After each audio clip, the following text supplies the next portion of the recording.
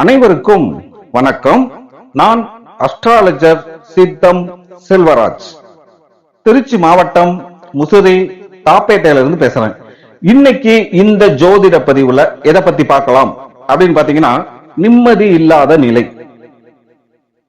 ஆணா இருந்தாலும் சரி, பெண்ணா இருந்தாலும் சரி, இப்போ இந்த வீடியோல சொல்லக்கூடிய ஜாதகத்துல இருக்கக்கூடிய கிரக நிலைகள் இப்படி இருந்தாலும், கோட்சாரத்துல சில கிரகங்கள் இப்படி இருந்தாலும், குறிப்பிட்ட தசா புத்தி அந்தரம் நடக்கும் போதும் நிம்மதி அப்படின்றது இருக்காது.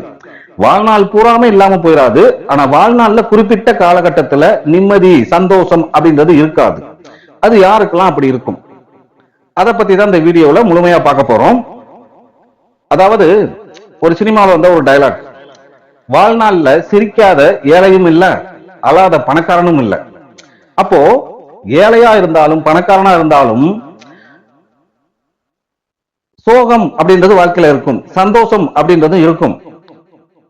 சில காலகட்டங்கள்ல நிம்மதி சந்தோஷம் அப்படின்றது இருக்காது. அது எந்த மாதிரியான ஜாதக கிரக அமைப்பு அப்படின்னு பாத்தீங்கன்னா, இப்போ முதல் தரமா அதை எடுத்துக்கணும் அப்படின்னு பாத்தீங்கன்னா, ஒரு ஜாதகத்துல முதல்ல சந்திரன் தான் மனக்காரகன். ஒரு ஜாதகத்துல சந்திரன் பாதிக்கப்பட்டிருந்தால், சந்திரன் அதிகமா கெட்டு போயிருக்காரு, அதிகமான பாவகிரகத்தோட சம்பந்தப்பட்டாரு, அல்லது 6, 8, 12ஆம் பாவகங்கள்ல எந்த லக்னமா இருந்தாலும் சரி, சந்திரன் 6, 8, 12ஆம் பாவகங்கள்ல இருந்துட்டாலும் அவங்களுக்கு வாழ்க்கையில அடிக்கடி அந்த நிம்மதி சந்தோஷம்ன்றது அதிகமா இருக்காது. அடுத்ததா பாத்தீங்கன்னா, சந்திரன் பிளஸ் சனி சேர்க்கை எந்த பாவகத்துல இருந்தாலும் சரி, அவங்க ஆட்சி, உச்சம், நீச்சம், சமம், பகை எப்படி வேணா இருக்கட்டும், ஒரு ஜாதகத்துல சந்திரனும் சனியும் சேர்ந்திருந்தால் நிம்மதி அப்படின்றது அதிகமா அவங்க வாழ்க்கையில இருக்காது. சந்திரன் சனியும் சேர்க்கைன்றது புனர்பூ தோஷம்னு சொல்லுவாங்க. நாம இப்ப அந்த விஷயத்துக்குள்ள எல்லாம் போகல. இந்த பதிவோட சாராம்சம் என்ன, நிம்மதி இல்லாத நிலை வாழ்நாள்ல அதிகமான நாட்கள் யாருக்கு அப்படின்றத பத்தி தான் இந்த வீடியோல பாக்குறோம். அப்போ ஒரு ஜாதகத்துல ஆணா இருந்தாலும் பெண்ணா இருந்தாலும் சந்திரனும் சனியும் எந்த பாவகத்துல சேர்ந்திருந்தாலும் சரி, அவங்களுக்கு நிம்மதின்றது குறைவாதான் இருக்கும் வாழ்க்கையில.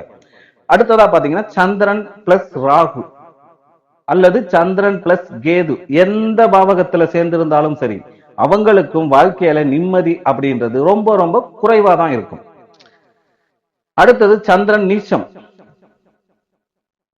அதிகமா நீச்சமாயிருந்தால் கண்டிப்பா அவங்களுக்கும் வாழ்க்கையில நிம்மதி அப்படின்றது குறைவாதான் இருக்கும். அதாவது பரம நீச்சம். இப்போ விருச்சிக ராசியில முழுமையா சந்திரன் நீச்சம் கிடையாது, குறிப்பிட்ட டிகிரி வரைக்கும் தான் நீச்சம். அதுக்கப்புறம் உச்சத்தை நோக்கி போற தன்மை தான். அந்த பரம நீச்சத்துல இருக்கும் போதுதான் அந்த ஜாதகருக்கு நிம்மதி அப்படின்றது வாழ்க்கையில குறைவா இருக்கும். அடுத்தது சந்திரனும் 4ஆம் அதிபதியும் ஒரு ஜாதகத்துல கெட்டு போயிருந்தாங்க அப்படின்னா அவங்க வாழ்க்கையிலையும் அதிகமான ஒரு நிம்மதின்றது இருக்காது. என்ன ஆகும், மன அழுத்தம், மன உளைச்சல் அதிகமாகும். வாழ்க்கையை நினைச்சு, வாழ்க்கையில பல விஷயங்களை நினைச்சு ஒரு பயம் வரும். அடிக்கடி தூக்கம் இல்லாம அவஸ்தைப்படுவாங்க. எப்பவுமே ஏதோ ஒரு கவலையிலேயே இருக்கிற மாதிரி இருப்பாங்க, இதுவரை சொன்ன அமைப்பு உள்ளவங்க. அடுத்ததா பாத்தீங்கன்னா, ஆணா இருந்தாலும் சரி அல்லது பெண்ணா இருந்தாலும் சரி, அவங்க ஜாதகத்துல சனி பகவான் லக்னத்துல இருந்தாலும் சரி அல்லது சந்திரனோட சேர்ந்து இருந்தாலும் சரி, அதான் நம்ம சொல்லிட்டோம் ஏற்கனவே, சந்திரனை சனி பகவான் பார்த்தாலும் சரி, அவங்களுக்கெல்லாம் நிம்மதின்றது ரொம்ப ரொம்ப குறைவாதான் இருக்கும். எங்கே நிம்மதின்னு தேடி அலைய வேண்டிய ஒரு கட்டாயமா தான் இருக்கும். அடுத்ததா பாத்தீங்கன்னா, அதே சனி பகவான் லக்னத்துக்கோ அல்லது சந்திரனுக்கோ 1, 4, 7, 8, 12ஆம் பாவகங்கள்ல இருந்தாலும் அவங்களுக்கும் வாழ்க்கையில நிம்மதி அப்படின்றது எதிர்பார்க்கக்கூடிய அளவுக்கு இருக்காது. அடுத்தது சனி சூரியன். சனி பகவான் சூரியனோட சேர்ந்து எந்த பாவகத்துல இருந்தாலும் சரி, அவங்களுக்கும் வாழ்க்கையில எதிர்பார்க்கக்கூடிய அளவுக்கு ஒரு நிம்மதி சந்தோஷம்ன்றது இருக்காது. அவங்களுக்கு வாழ்க்கை ஒரு பாரமா இருக்கிற மாதிரி தான் இருக்கும். ஒரு தனிமையில வாழ்ற மாதிரியான ஒரு மன உணர்வு தான். பல பேர் தனிமையில வாழ்வாங்க, இப்ப சொன்ன அமைப்புல இருக்கிறவங்க. சில பேர் பாத்தீங்கன்னா கூட்டு குடும்பமாவே இருந்தாலும் ஒரு தனிமையில இருக்கிற மாதிரியான ஒரு தனிமை உணர்வு தான் அதிகமா இருக்கும். ஒரு நிம்மதியே இல்லாத மனநிலை அப்படின்ற மாதிரிதான் அவங்க வாழ்க்கை இருக்கும். அடுத்ததா பாத்தீங்கன்னா ஒரு ஜாதகத்துல ஆணா இருந்தாலும் சரி அல்லது பெண்ணா இருந்தாலும் சரி, அவங்க ஜாதகத்துல ராகு கேது லக்னத்துக்கோ அல்லது சந்திரனுக்கோ 1, 4, 5, 8, 12 இந்த பாவகங்கள்ல ராகுவோ அல்லது கேதுவோ இருந்தால் அவங்களுக்கும் வாழ்நாள்ல நிம்மதி சந்தோஷம் அப்படின்றது ரொம்ப ரொம்ப குறைவா தான் இருக்கும். அடுத்தது, நீங்க எந்த லக்னத்துல பிறந்திருந்தாலும் சரி, ஆணா இருந்தாலும் பெண்ணா இருந்தாலும் 4ஆம் பாவகத்துல கேது பகவான் இருந்தால் அவங்களுக்கும் வாழ்நாள்ல நிம்மதி சந்தோஷம்ன்றது ரொம்ப ரொம்ப ரொம்ப குறைவு தான். அடுத்தது, எந்த லக்னமா இருந்தாலும் சரி, லக்னாதிபதியும் சந்திரனும் சேர்ந்து இருந்தாலும் அவங்களுக்கும் வாழ்நாள்ல நிம்மதின்றது குறைவா இருக்கும். இவங்களுக்கெல்லாம் பாத்தீங்கன்னா உள்ளுக்குள்ள எப்பவுமே ஏதாவது ஒரு பயம், அதை வெளியில காட்டிக்க மாட்டாங்க. மன ரீதியா பாத்தீங்கன்னா ஒரு குழப்பமான மனநிலையோட தான் இவங்க இருப்பாங்க. அதனால இவங்களுக்கு ஒரு மனசு பாத்தீங்கன்னா ஒரு அமைதி இல்லாத தன்மையாவே இவங்களுக்கு இருக்கும். அதனால இவங்களுக்கு நிம்மதி சந்தோஷம் அப்படின்றது கெடும். அடுத்ததா பாத்தீங்கன்னா ஜாதகத்துல மன நிம்மதி தரக்கூடிய பாவகம் எது அப்படின்னா 4ஆம் பாவகம். இப்போ ஒரு ஜாதகத்துல 4ஆம் பாவகம் பாதிக்கப்பட்டாலே அவங்களுக்கு மன நிம்மதின்றது வாழ்க்கையில குறைவாதான் இருக்கும். 4ஆம் பாவகத்துல எந்த லக்னமா இருந்தாலும் சரி, ஆணா இருந்தாலும் சரி அல்லது பெண்ணா இருந்தாலும் சரி, உங்க ஜாதகத்துல 4ஆம் பாவகத்துல பாவகிரகம் அதிகமா இருந்துருச்சுன்னா அல்லது அதிகமா பார்த்துருச்சுன்னா, நல்லா பலமா சம்பந்தப்பட்டுருச்சு அப்படின்னா அவங்களுக்கு நிம்மதி வாழ்க்கையில குறைவாதான் இருக்கும். அல்லது 4ஆம் அதிபதி நீச்சமா இருந்தாலும் சரி, அல்லது 4ஆம் அதிபதியோட சாராதிபதி, 4ஆம் அதிபதி ஏதாவது ஒரு நட்சத்திரத்துல இருப்பார் இல்லைங்களா, அந்த நட்சத்திர அதிபதி நீச்சமானாலும் சரி, அவங்களுக்கும் வாழ்க்கையில நிம்மதின்றது ரொம்ப ரொம்ப குறைவாதான் இருக்கும். அடுத்தது, சனி ராகு கேது ஒருத்தருக்கு ஒருத்தர் பார்த்துக்கிறாங்கன்னு வைங்களேன், அவங்களுக்கும் வாழ்நாள்ல நிம்மதின்றது குறைவுதான். இப்படி இப்படி ஒரு கிரக நிலைகள் இருக்கிறவங்க எல்லாம் பாத்தீங்கன்னா வீட்டிலேயே நிம்மதி இருக்காது அவங்களுக்கு. அடுத்ததா பாத்தீங்கன்னா ஒரு இந்த தசா புத்தி. இப்போ ஒரு ஜாதகத்துல சனி ராகு கேது சந்திரன் பாதிக்கப்பட்டிருந்தா மட்டும், கெட்டு போயிருந்தா ஜாதகத்துல அந்த மாதிரி அமைப்பு இருந்தால், இந்த சனி ராகு கேது சந்திரன் மட்டும் கெட்டு போயிருந்தா சொல்லியிருக்கோம். அப்போ சனி ராகு கேது சந்திரனோட தசா புத்தி அந்தரம் சூட்சுமம் அதிசூட்சுமம் அதெல்லாம் நடக்கும்போது நிம்மதின்றது ரொம்ப ரொம்ப ரொம்ப குறைவா தான் இருக்கும். எதிர்பார்க்கக்கூடிய அளவுக்கு ஒரு நிம்மதி சந்தோஷம் அப்படின்றது இருக்காது. அதுக்குள்ளயும் பாத்தீங்கன்னா ரொம்ப அதிகமா ஒரு டிப்ரெஷன் கொடுக்கக்கூடிய, ஒரு மன உளைச்சலை கொடுக்கக்கூடிய புத்திகள் எது அப்படின்னு பாத்தீங்கன்னா, சனி திசையில சந்திர புத்தி, ராகு திசையில சந்திர புத்தி, சந்திர திசையில ராகு புத்தி. இந்த மாதிரி தசா புத்திகள் நடக்கும் போதும் அதிகமான நிம்மதி அப்படின்றது கெடும். அடுத்தது, 4ஆம் அதிபதியோட தசா நடக்கும்போது பாபகிரகத்தோட புத்தி வரும் இல்லைங்களா, அப்பவும் நிம்மதி அப்படின்றது ஒரு மனிதனுக்கு மைனஸ் ஆகும். எதனால் அப்படி ஆகும்? எதுலையுமே ஒரு திருப்தி இருக்காது. மனசு எப்ப பார்த்தாலும் அலைபாஞ்சுக்கிட்டே இருக்கும். இந்த தசா புத்தி நடக்கும்போது நிம்மதி இல்லாம போறது காரணம், மனசு எப்பவுமே அலைபாஞ்சுக்கிட்டே இருக்கும். அதனால நிம்மதி அப்படின்றது குறைவா இருக்கும். அடுத்ததா பாத்தீங்கன்னா கோச்சாரம். கோச்சாரத்துல அஷ்டம சனி லக்னத்துக்கு 8ஆம் பாவகத்துல அல்லது சந்திரனுக்கு 8ஆம் பாவகத்துல சனி பகவான் கோச்சாரத்துல போகும்போது, இப்போ கோச்சாரத்துல பாத்தீங்கன்னா சிம்ம லக்னத்துக்கு 8ஆம் பாவகத்துல போயிட்டு இருக்காரு. சிம்ம லக்னமா இருந்தாலும் சரி அல்லது சிம்ம ராசியா இருந்தாலும் சரி. இப்ப இது பாத்தீங்கன்னா 2025 டிசம்பர் மாதம் எண்டுல இருக்கிறோம் இந்த பதிவு போடும்போது. அப்போ சனி பகவான் கோச்சாரத்துல லக்னமோ அல்லது ராசிக்கோ 8ஆம் பாவகத்துல போகும்போது அவங்களுக்கு அந்த காலகட்டத்துல நிம்மதி சந்தோஷம் அப்படின்றது எதிர்பார்க்கக்கூடிய அளவுக்கு இருக்காதுன்றதுதான் உண்மை.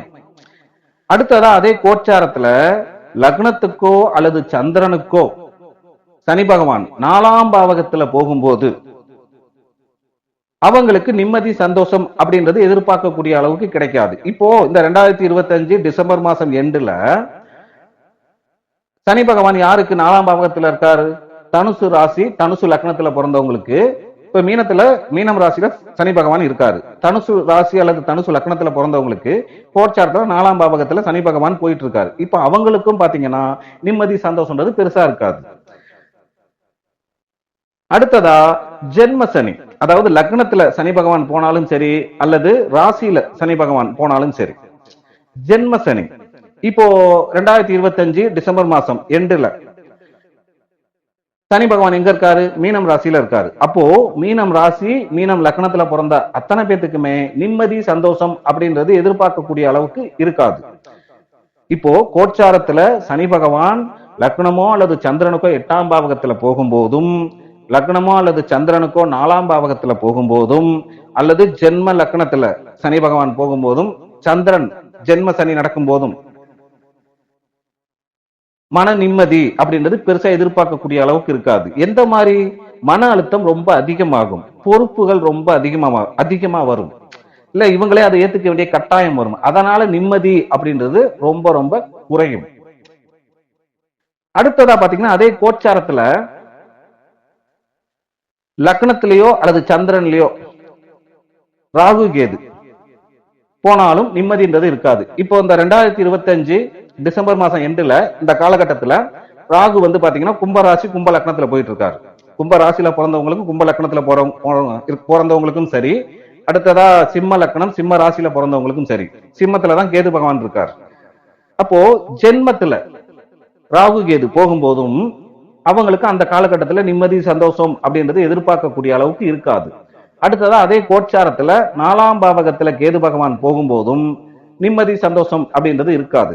இப்போ 2025 டிசம்பர் மாசம் எண்டுல ரிஷப லக்னத்துக்கு 4ல இருக்காரு, சிம்மத்துல இருக்காரு கேது. ரிஷப லக்னம் ரிஷப ராசியில பிறந்த அத்தனை பேத்துக்குமே நிம்மதி சந்தோஷம்ன்றது இப்ப இல்லாம தான் இருக்குது, எதிர்பார்க்கக்கூடிய அளவுக்கு இல்லை. ஒரு மன ரீதியா பாத்தீங்கன்னா ஒரு அமைதியான மனநிலையே இல்ல, அதிகமான சிந்தனைகள், அதனாலே வாழ்க்கையை நினைச்சு ரொம்ப பயம், அதனாலே என்ன ஆகுது? நிம்மதி சந்தோஷம்ன்றது இல்லாம போகுது. இப்போ அடுத்ததா பாத்தீங்கன்னா கோச்சாரத்திலேயே சந்திரன்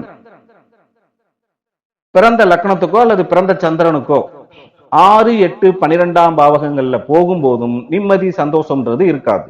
அதே சந்திரன் கோச்சாரத்துல உங்க ஜாதகத்துல ராகு எந்த கட்டத்துல இருக்காரோ அந்த ராகுவை கடக்கும் போதும், உங்க ஜாதகத்துல சனி பகவான் எந்த பாவகத்துல கட்டத்துல இருக்காரோ அந்த கட்டத்தை சந்திர பகவான் கடக்கும் போதும் நிம்மதி சந்தோஷம்ன்றது இருக்காது. மனசு ரொம்ப அந்த காலகட்டத்துல ரொம்ப கலக்கமா இருக்கும், பெருசா ஒரு சந்தோஷம் இருக்குன்னு சொல்ற மாதிரி இருக்காது ஒரு சூழ்நிலை. இப்போ இது வரைக்கும் நாம இதெல்லாம் சொன்னோம், நிம்மதி இல்லாத ஒரு சூழ்நிலை சுச்சுவேஷன் யாருக்கு வரும்னு சொல்லி. இது காலம் பூரா இருந்துருமா அப்படின்னா இருக்காது. நாம எது படி சொன்னோம்? ஜாதகத்துல இருக்கக்கூடிய கிரகநிலை அமைப்பு படியும் சொன்னோம், கோச்சாரப்படியும் சொன்னோம், தசாபுத்தி படியும் சொன்னோம். அது நிரந்தரமா அப்படியே இருந்துருமா அப்படின்னா அப்படியெல்லாம் இருக்காது. தசை புத்தி மாறும் இல்லைங்களா, அப்போ அந்த மாற்றம் வந்துடும். அடுத்து கோச்சாரத்திலையும் பாத்தீங்கன்னா கிரகங்கள் பயிற்சி ஆகும் இல்லைங்களா, அப்போ அந்த நிம்மதி இல்ல அப்படின்ற ஒரு நிலைமை மாறிடும். அதுக்கப்புறம் நிம்மதி அப்படின்றது ஓரளவு ஜாதக தகுதிக்குள்ள இருக்கும், கிடைக்கும். இதுதான் உண்மை. அடுத்ததா பாத்தீங்கன்னா அவ்வளவுதான், போதும். இப்போ பாத்தீங்கன்னா மன நிம்மதி சந்தோஷம் எதிர்பார்க்கக்கூடிய அளவுக்கு யார் யாருக்கெல்லாம் இருக்காது அப்படின்னு சொல்லி இந்த வீடியோவை நம்ம சொல்லியிருக்கோம். இந்த வீடியோ உங்களுக்கு பிடிச்சிருந்தா இல்ல கண்டிப்பா பிடிக்கும். எல்லாருமே லைக் பண்ணுங்க, கமெண்ட் பண்ணுங்க, ஷேர் பண்ணுங்க. இந்த வீடியோவை ஷேர் பண்ணுங்க. நம்ம சேனலை இன்னமும் சப்ஸ்கிரைப் பண்ணாதவங்க சப்ஸ்கிரைப் பண்ணுங்க. அதுக்கு முன்னாடி ஒரு சில விஷயங்கள் சொல்லிக்கிறேன். அதாவது பாத்தீங்கன்னா இந்த ஜோதிடம் ஜாதகம் இதெல்லாம் எதுக்கு அப்படின்னு பாத்தீங்கன்னா நம்ம தலையெழுத்து என்னன்னு தெரிஞ்சுக்கிட்டு அதுக்கு தகுந்த மாதிரி வாழ்றதுக்கு தான். மொத்த தலையெழுத்தை மாத்துறதுக்கு கிடையாது. இந்த உலகத்துல யாராலையும் யாருக்கும் மொத்த தலையெழுத்தை மாத்தி எல்லாம் கொடுக்க முடியாது. அப்படி மாத்தி கொடுக்குற மாதிரி இருந்தா அங்க ஜோசியர்கள் யாரும் ஜோசியரா இருக்க மாட்டாங்க. அவங்க தலையெழுத்தை மொத்தமா மாத்திக்கிட்டு பெரிய லெவல்ல வாழ்ந்துட்டு போயிடலாம். புரிஞ்சுதுங்களா? இப்படி சொல்றதுனால அதுக்காக இந்த வழிபாடு பரிகாரம் பொய்ன்னு அர்த்தம் கிடையாது. அதெல்லாம் உண்மைதான். அது எந்த வகையில உண்மை அப்படின்னு பாத்தீங்கன்னா எதுவுமே ஜாதக தகுதிக்குள்ளதான் நடக்கும். இப்போ அதை புரியுற மாதிரி சொல்லணும் அப்படின்னா, உதாரணத்துக்கு எடுத்துக்கங்க, ஒரு மனிதன் 100 ரூபாய், அதாவது 100 கணக்குல தான் சம்பாதிக்கணும் அப்படின்னு தலையெழுத்து இருக்குன்னா, அவங்க கோயிலுக்கு போனாலும் போகலைனாலும் 500 ரூபாய் சம்பாதிப்பாங்க. ஏன்னா அவங்க வாழ்ந்தாகணும். அதே கோயிலுக்கு போய் வழிபாடு பரிகாரம் பண்ணுனா 900 ரூபாய் சம்பாதிப்பாங்க, 1000 ரூபாயை தொட முடியாது. ஏன்னா அவங்க 100 கணக்குல சம்பாதிக்கணும் அப்படின்றதுதான் அவங்களுடைய தலையெழுத்து. அதே மாதிரிதான் லட்சக்கணக்கில், ஆயிரக்கணக்கில் சம்பாதிக்கிறதுக்கும், லட்சக்கணக்கில் சம்பாதிக்கிறதுக்கும், கோடிக்கணக்கில் சம்பாதிக்கிறதுக்கும். அப்போ நல்லதும் சரி கெட்டதும் சரி எல்லாமே ஜாதக தகுதின்னு ஒண்ணு இருக்கு பாத்தீங்களா? அந்த ஜாதக தகுதிக்குள்ளதான் எல்லாமே நடக்கும். ஜாதக தகுதியை மீறி இங்க எதுவுமே நடந்துராது. அதனால வழிபாடு பரிகாரம் பண்ணுங்க, நம்புங்க, வேணான்னு சொல்லல. ஆனால் மொத்த தலையெழுத்து மாறும் அப்படின்னு நினைக்கிறீங்க பாத்தீங்களா, எதிர்பார்க்கறீங்க பாத்தீங்களா, அதுதான் ரொம்ப ரொம்ப தப்புன்னு சொல்றேன். மொத்த தலையெழுத்தெல்லாம் இங்க யாருக்கும் எந்த காலகட்டத்திலையும் மாறவே மாறாது. ஏன்னா செஞ்ச கர்ம வினையை அனுபவிக்கத்தான் நம்ம பிறவி எடுத்திருக்கிறோம். அதை அனுபவிச்சுதான் ஆகணும். பாதிப்புகள் வேணா குறைச்சிக்கலாம். நல்லது நடந்தா கொஞ்சம் அதிகமாக்கிக்கவும், கெட்டது நடந்தா அதை குறைச்சிக்கவும் தான் இந்த வழிபாடு பரிகாரம். மற்றபடி மொத்த தலையெழுத்தை மாத்துறதுக்கு கிடையாது இந்த வழிபாடு பரிகாரம். அடுத்ததா பாத்தீங்கன்னா, நம்ம கிட்ட ஜாதகம் பார்க்கறதுக்கான ப்ரொசீஜர். உங்களுடைய டேட் ஆஃப் பர்த், டைம், பிறந்த ஊரு, ராசி, நட்சத்திரம், லக்னத்தை இதை டைப் பண்ணி அனுப்புங்க வாட்ஸ்அப்ல. அல்லது உங்க ஜாதகத்தை நீங்க போட்டோ பிடிச்சி அனுப்பினாலும் சரி வாட்ஸ்அப்ல. உங்களுக்கு முக்கியமா தெரிஞ்சுக்க வேண்டிய கேள்வி என்னன்னு கேட்டணும். அந்த கேள்விக்கு மட்டும் பதில் கிடையாது, அதையும் மீறி வாழ்க்கைக்கு தேவையான என்னுடைய பார்வைக்கு வந்த மற்ற எல்லா விஷயங்களும் சொல்லுவேன். அப்புறம் பாத்தீங்கன்னா டைம் கணக்கு, இவ்வளவு நேரம் தான் பேசணும், 5 நிமிஷம் 10 நிமிஷம் அப்படி எல்லாம் கிடையாது. பிரீமியம்லாம் நம்ம கிட்ட கிடையாது. 1/4 மணி நேரம் பேசினா இவ்வளவு, அரை மணி நேரம் பேசினா இவ்வளவு அப்படி எல்லாம் கிடையாது. சில பேர் 10 நிமிஷத்துல பேசிட்டு போயிருக்காங்க, சில பேர் அரை மணி நேரம் பேசியிருக்காங்க, சில பேர் 1 மணி நேரம் பேசியிருக்காங்க. அது எல்லாத்துக்கும் ஒரே அமௌண்ட் தான். அடுத்தது ஜாதக பலன் சொல்லும் போது அரை மணி நேரத்துக்கு முன்னாடியே உங்ககிட்ட நான் சொல்லுவேன். அப்போ நீங்க ஃப்ரீயா இருந்தா பேசினா போதும், பிஸியா இருந்தா நீங்க உங்க வேலையை பார்க்கலாம். மறுபடி எப்ப நீங்க ஃப்ரீயா இருப்பீங்களோ ஒரு அரை மணி நேரத்துக்கு முன்னாடி சொன்னீங்கன்னா அப்ப நம்ம பேசலாம், பலன் தெரிஞ்சுக்கலாம். அதுவும் பணம் அனுப்பி பாத்தீங்கன்னா, இப்ப இன்னைக்கு அனுப்புறீங்களா, இன்று அல்லது நாளை, 2 நாள்ல ஏதோ ஒரு நாள் சொல்லிடுவேன். ஒரு ஜாதகத்துக்கு பாத்தீங்கன்னா 1051 ரூபாய் ஃபீஸ்.